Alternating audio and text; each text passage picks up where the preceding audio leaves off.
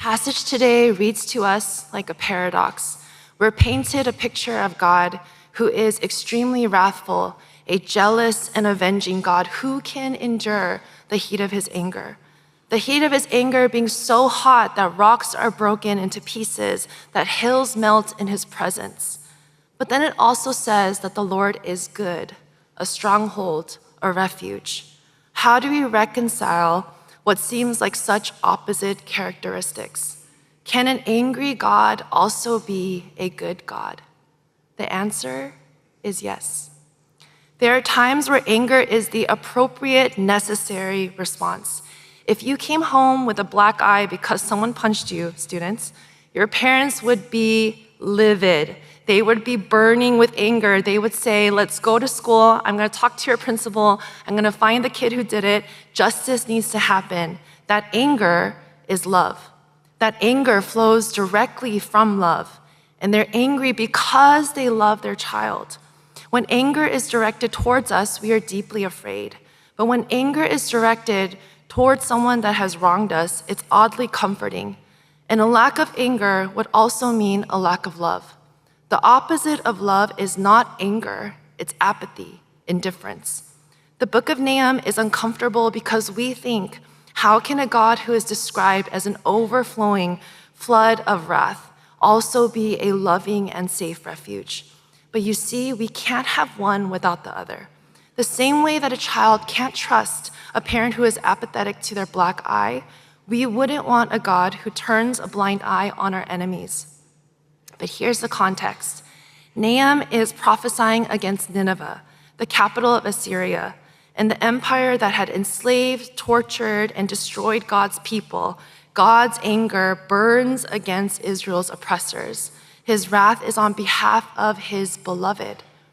Nineveh was not just a powerful city, it was also a technological marvel. It had a river that ran directly through the city, and it was designed to utilize water as a defense weapon.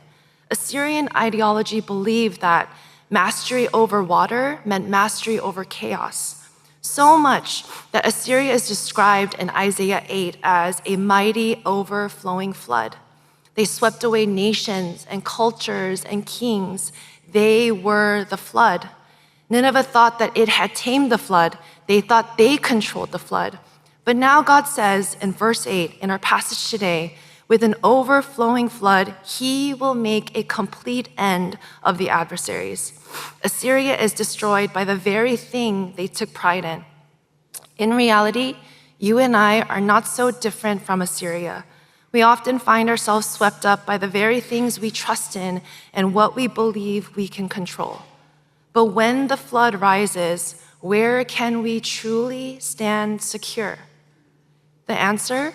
The safest place is the highest point you can find. A rock, a mountain, a high place.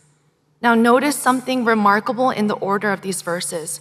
Verse 6 says, rocks are broken into pieces by God's wrath. Verse 7, the Lord is good, a stronghold in the day of trouble. And that word stronghold literally means a rocky fortress. The same God who breaks rocks with his wrath becomes the fortress made of rocks for his people. Verse 8, an overflowing flood destroys his adversaries. Did you catch that? The rocks are broken before the flood comes. The refuge is prepared before the waters rise. This isn't random. This is amazing grace. This is God's redemptive work. The God who shatters rocks with his wrath is the same God who becomes the rock on which we stand. He is both the rock breaker and the rock of refuge. Here's the mystery of the gospel. The rocks weren't just broken by his wrath, they were broken for us. The one who should have faced that flood-destroying wrath was us. But Christ himself stepped into the flood and he absorbed the impact. He was broken so that you and I could find refuge. And so as we begin this new year, take heart. Do not be afraid. Remember, the fortress has already been provided. That fortress is Jesus Christ, our strong rock, our refuge, our place to stand when the waters rise. Let's pray.